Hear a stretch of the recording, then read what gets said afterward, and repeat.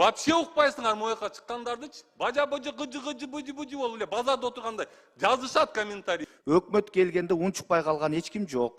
Өкмөт сизден айырмаланып конкреттүү түрдө программаларды, маселелерди алып келет, кунт коюп угабыз, суроолорду беребиз. Сиз эмне таракан десе таракан болуп кеттиңизби? Берилбейт, сизге 10 мүнөт берилди. Андан кийин 2 жолу берилди. Бүттү. Айыл өкмөттөрдүн көбүнчөсү коррупционер болсо, анан айыл өкмөт жок болот да көп жердечи. Ушу депутат болуп жүргөндөн бери бир 4-5 айыл өкмөткө бардым. Бүт жерде коррупционный схемалар бар да. Жакынкы малда эле негизи эле бизде Кыргызстанда мындай акыйкат менен чындыкка күрөшүш абдан оор да. Өзүбүздү жеп, бири-бирибизди укпай, жанталашып, акчанын артынан кууп, бийликтин артынан кууп жүрөбүз да. Бизди ушундай тарбиялаганбы убагында акча табыш керек деп, акчага байлап койгондо биздичи башка нерсе көрбөйбүз. Байлык, бийлик, коррупция. Бизде коррупция деген эң жөнөкөй нерсе да. Мисалы, акча урдаган бизде мындай эле да. Бая убагында гаишниктер менен инспекторлорго видео тартып чыксам, водительдер келип айтып атпайбы, мага Эрлан, сен туура эмес кылдың, биз эми инспекторлорго акча берип кете албай калдык дейт да. Ушундай көз карашка көнгөн элбиз, ушундай көз карашка көргөн калк болуп калдык да. Оңдой алабызбы, оңдой албайбызбы, бирок аракет кылышыбыз керек. Мен бул жөнүндө сүйлөгөм, жана сүйлөй берем да. Мына могу Шумкар Уя айыл өкмөтү, жакында эле бардым, 6 сентябрда бардым, Таласта. Кыргызстандагы эң бай айыл өкмөт экен. Жылына жер үйдөн миллиард алган күндөр болот экен да, жылдар болот экен. Миллиард, бюджетке миллиард которгон жер үйчү бир жылда. 700 миллион не освоение булардачы.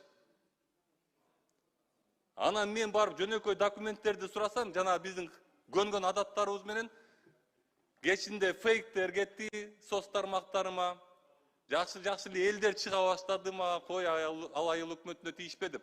Мурун мага акча беришчи. Азыр акча бере албай калды, анткени акча албайт экенин билишти дагы. Эми ушундай фейковый, анан жанагы бирөөлөрдү ортого салып, жана дежурный чалдарды ортого салып, ушундай нерселер менен 6 сентябрдан бери ушул айыл өкмөтү алек да. Бул айыл өкмөтүндө силер көрүп тургандай бир күндө 6 мекеме ишке берилди деп, ошол мен 6 сентябрь күнү барган күнү булар ар кайсы журналисттерге биз билебиз, ушул жерде отургандар жакшы коллегалар, жакшы билебиз, ушул жерде отургандар. Азыр журналисттерге акча берип койсоң чыгарат. Ушинтип биз 6 мекемени ишке бердик деп Кыргызстандагы эң бай айыл өкмөтү видео чыгарып 6 сентябрдан бери мага мындайча айтканда каршы чыгып атышат да буларчы. Эми ушуга токтоло кетели. Блогерлер жазды, журналисттер жазды, иши булуп Эрлан аякка эмне барат дегендер да чыкты. Депутаттын жумушуна ушул нерсе кереби, ушул нерсе депутаттын жумушуна киреби дегендер да чыкты. Эми ушул 6 мекеме боюнча, ишке берилген мекеме боюнча айтайын. Биринчи эле ылдый жагында жазылган, бул видеонун ылдый жагында биринчи эле 2 мекемеси берилген, ишке берилген. Бул президенттин фондунан салынган футбольный поле экен. Биринчиси эле. Эми бул айыл өкмөтүнө айтып кетейин, экинчи объектиси биякта жазылган. Бул көмүркана. Урматтуу айыл өкмөтү неме? Кулат жазып берчи мага, ким эле? Отчество, фамилия, аты жөнүн. Урматтуу Кызыл Уя айылынын айыл өкмөтү, Шумкар Уя. Уятта көмүркананы булар кабыл ала элек, көмүркананын 4 эле немеси бар, 4 эле стенасы бар. Ошону 31 августта биз ачтык деп Кыргызстандагы эң бай айыл өкмөтү жазып чыгып атат. Элестетсеңер. Бул бериле элек. ФАП неме 4-чү мекемеси бул ФАП. ФАП жөн эле ремонт болгон. Бияка укмуш жазышкан, бияка мынтип жазышкан. Биз деген иштебей турган ФАПты иштеттик деп жазышкан да. Жөн эле ремонт кылып койышкан. Миллиардка жетет булардын бюджетичи, жылыначы. Анан биргө Батырдын айкелин ремонт жасаштыр. Ошону дагы 6-чы мекеме кылып, 5-чи мекеме кылып киргизип атышат булар. Ой, 6-чы мекеме кылып киргизип атышат. Ал мындай эле неме да? Айкел да мындай, кичинекей эле мындай. 15ке 15 да. Ошону ремонт кылып коюшуптур. Жөн эле чөптөрүн жылып, кичине жерлерди крастетип, антип туруп, анан 31-августта эгемендүүлүк күнгө биз 6 мекеме бердик деп туруп, бюджети миллиард болгон айыл неосвоениясы бар бюджетинде. Ушинтип чабуу көрсөтүп атат мага. Урматтуу Бакыт Мукамбетович, уят да. Ушул иштебегениңерди мойнуңарга ала албайсыңарбы? Жөн эле койбойсуңарбы? Сүйлөбөй эле койбойсуңарбы? Жооп бербей эле койбойсуңарбы? Мага жооп бергендер негизи көп болгон. Бир эле жер бар. Мен мыйзам менен барам, урматтуулар, коллегалар, туугандар. Мен мыйзам менен барам. Мен мыйзамдан четке чыгып, силерге барып туруп өзүм үчүн эчтеке сурабайм эч качан. Сураганда эмесмин, сурабаймын дагы. Мага Кыргызстандын келечеги керек. Мен жададым мындай жашоодон. Мага балдарымдын келечеги керек. Мен өлөткенimди билем. Ушул жерде баарыбыз эле билип турабыз болуш керек. Бир күн келсе, баары наркы дүйнөгө кетет экенин билем. Мен Кыргызстан үчүн иштегим келет. Мен Кыргызстандын келечегин биздин балдарыбызга бир келечек калтырып кетип келет ушул жерденчи. Эми булардын бүтө элек объектилери. Буларда 14 объект стройка болуп тур 2-3 жылдан беричи. Бүткөнү айыл өкмөтү. Таза суу 3 айылда чыга элек. 2023-жылы башташкан таза сууну 3 айылда чыга элек таза суусу. Бала бакча 2023-жылы башталган 2024-жылы бүтүш керек болчу, бүткөн эмес. Карабай айылында жол жок. Айылында жол салынып баштаган, ал дагы бүтө элек. Жанагы неменин көмүркананын жанында гараж бар, 2024-декабрь башталган, ал жөн эле мындай. Темир калайдан эле 4 бурчунан эле жаап кое турган эле гаражда, ошону да бүтө элек. Анан 5 канал бар. Ирригационный система, аябай укмуш жашап атабыз, андай мындай деген 5 канал бар, 2023-жылы башташкан, дагы эле бүтө элек. Бирок булар айыл өкмөтүн бүткөн да. Айыл өкмөтүн сонун кылып бүтүрүшкөн. Урматтуу коллегалар, мындай мен түшүнүп атам, көңөргө мындай Кыргызстандын келечеги кереги деле жок, бирок хотя бы мындай укпасаңар да тынч отуруп берип коюңуздарчы, сураныч. Рахмат, Кыргызстан жөнүндө сүйлөп атам, ушул жерден силер деле шайланып келгенсиңер.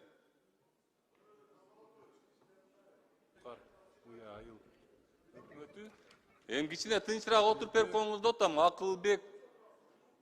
Кандай дейсиз? Бул парламентте да мындай кайым айтуучулар башталды, өзүң эле көрсөтө берсең. Мен сизден суранганым тынч эле отуруп берип коюңуздар, сураныч деп атам. Микрофонго чыгып сүйлөңүз, жооп берейин. Жо, микрофонго чыгып сүйлөңүз, жооп берейин. Кантип атат сүйлөйм? Мен сизге конкретно эмне деп сүйлөдүм? Жо, эми кичине угуп берип койгула да, айланайын, бул парламент го. Жо, мен сизге конкретно айтып атамбы? Жо, конкретно Акылбек байке деп айттымбы? Акылбек мырза деп айттымбы? Жо, общий айтып атсам, мына сүйлөшүп атышпайбы? Ошолорго айтып атам. Мындай божо. Урматтуу депутаттар, тынчтанып угуп коюңуздар, урматтуу депутаттар. Мен эмне туура эмес нерсе айтып атамбы? Бири-бирибизге урматтуу көрсөтөлү, угалы деп атабыз. Вообще укпайсыңар мояка чыккандардычы? Бажа-божо гыжы-гыжы быжы-быжы болуп эле базарда отургандай жазышат комментарийге. Комментарийге жазышат, неге сүйлөп атканда эч ким укпай эле деп. Айланайындар, бири-бирибизди урматтайлы да.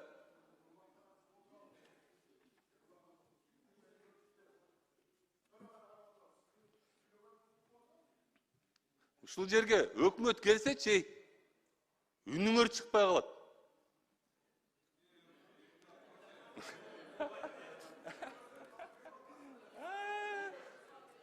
Өзүңөр кылып атпайсыңарбы, урматтуулар, коллегалар, мен силерге урматтоо менен эле, мен да силерди урматтайын деп аракет кылам, бирок чындыкты айтып атпайсыңарбы?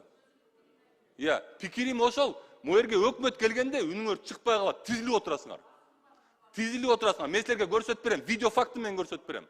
Мен выступлениямда кандай шум болуп атканын көрсөттүм да, өкмөт келгенде кандай шум болуп атканын. Мен силерге 5 секундта көрсөтүп берип койманчы. Эгер мен силерге каршы чыгып атсам, значит мен каршы чыгарбагыла, урматтагыла мен да. Мен могу жерде сүйлөп атканда жөн эле укпасаңар да тынч отуруп берип койгула. Болду.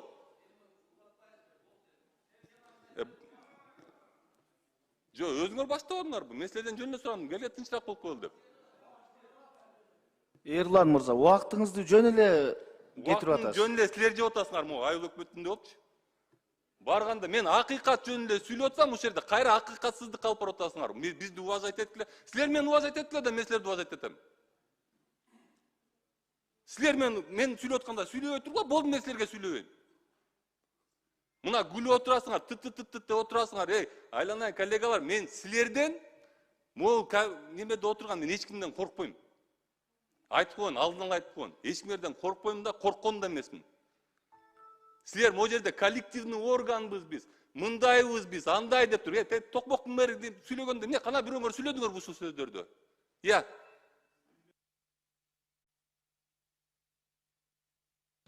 Бир мүнөт оюңду бүтүр. Оюңузду жыйынтыктаңыз. Ошондой коллегалар, акыйкат бизден башталат. Могул жерден башталат, жогорку кеңештен башталат.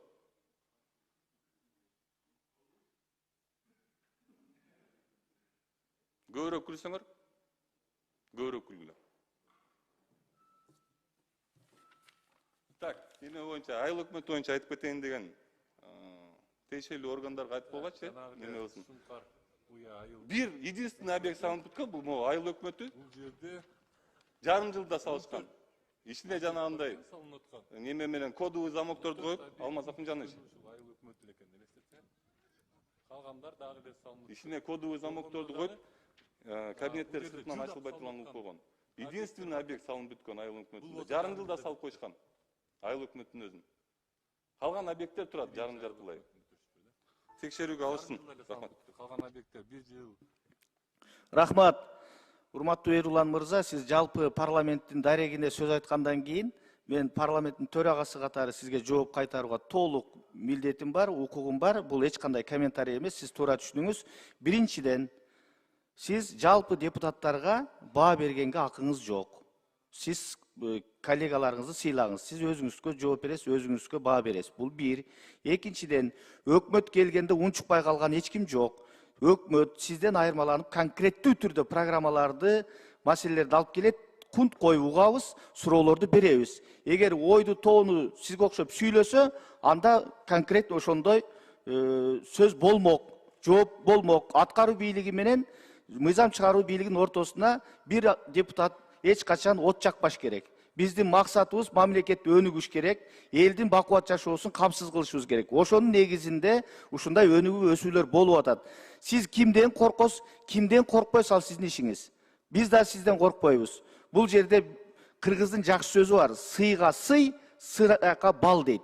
Сыйга татыктуусузбу? Сыйлайбыз. Сыйга татыктуу эмеспи? Ошого жараша баа берилет. Ошон үчүн бул жерде туруп алып, жалгыз эле сиз ак карга болуп, кыйын боло бербей, жалпы жогорку кеңешти урматтап сыйлаңыз. Мен сизге айтып коеюн.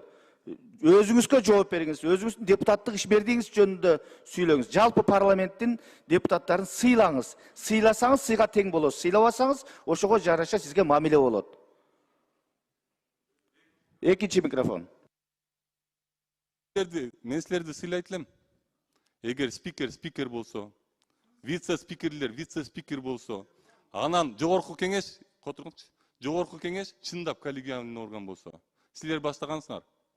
Мен силерге айткам, жана мэр таракан кылып жүрөт, андай мындай дегенде. Бирөөңөр сүйлөдүңөрбү? Я. Ошол жерде депутаттын ыйгарым укуктарын бирөөңөр защищать эттиңерби?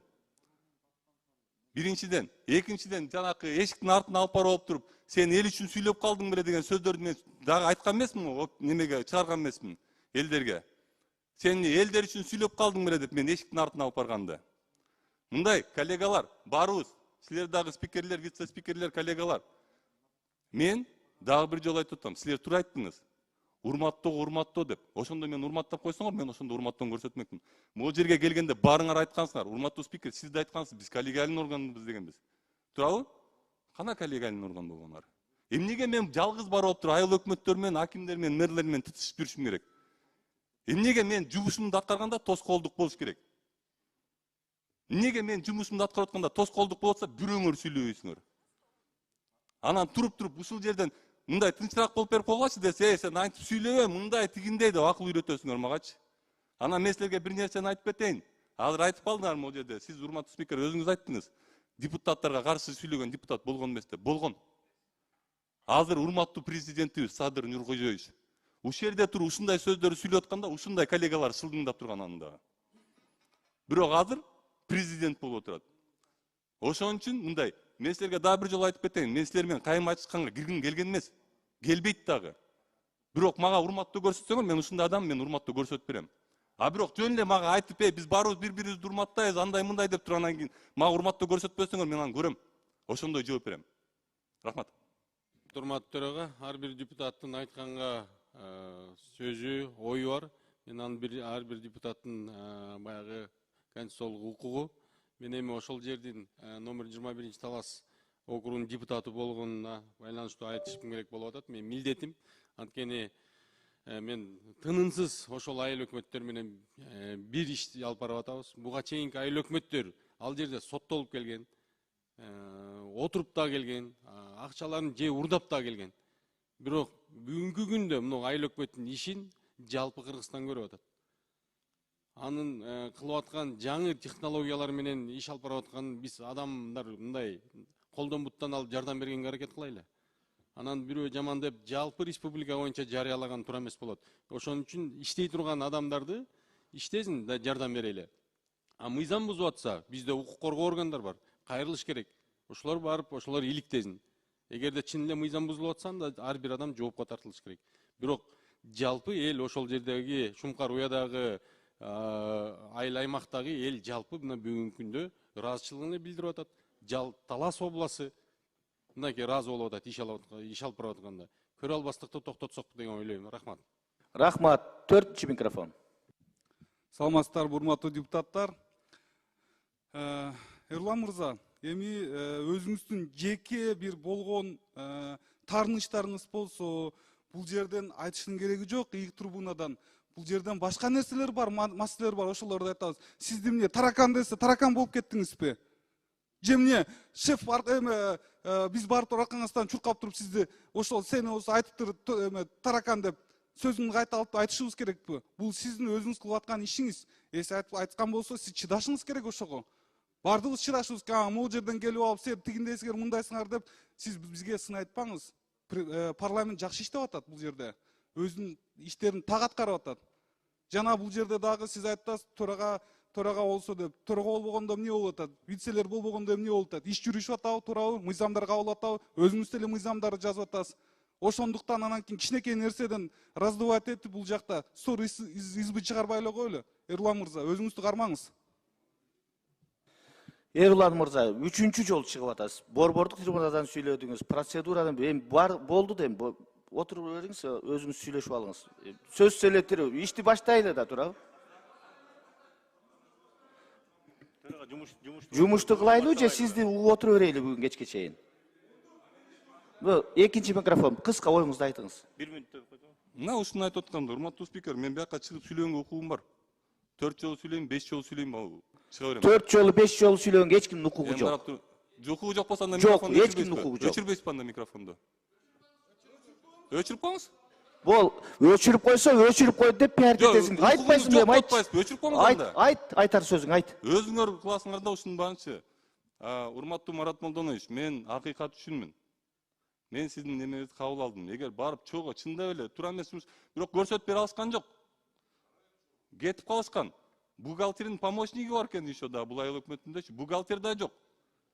Бул айыл өкмөтүндө 20 киши иштесе, 5 отурат, 15 жок ордундачы. Мен бүгүн да видеом чыгат соц тармактарга, аяктан да көрөсүз. Мен айтып аткан сөзүмдү мындай жөн эле айтпайм, бирок барып келгенге даярмын. Рахмат. Рахмат. Анан сүйлөшөбүз, отура бер. Урматтуу депутаттар,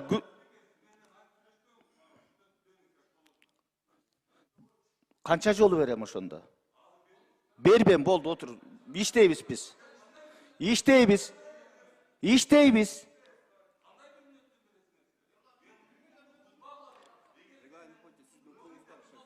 Регламент боюнча мен укугум бар. 3 жолу сөз бердим сизге, 3 жолу.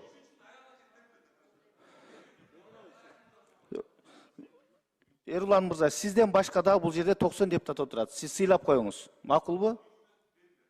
Берилбейт. Сизге 10 мүнөт берилди. Андан кийин 2 жолу берилди. Бүттү. Бүгүн кечке чейин сөз бербей койгон укугум бар менин. Кой, мен сиз менен кайма айтышпайм, мен жумушка өтөйлү.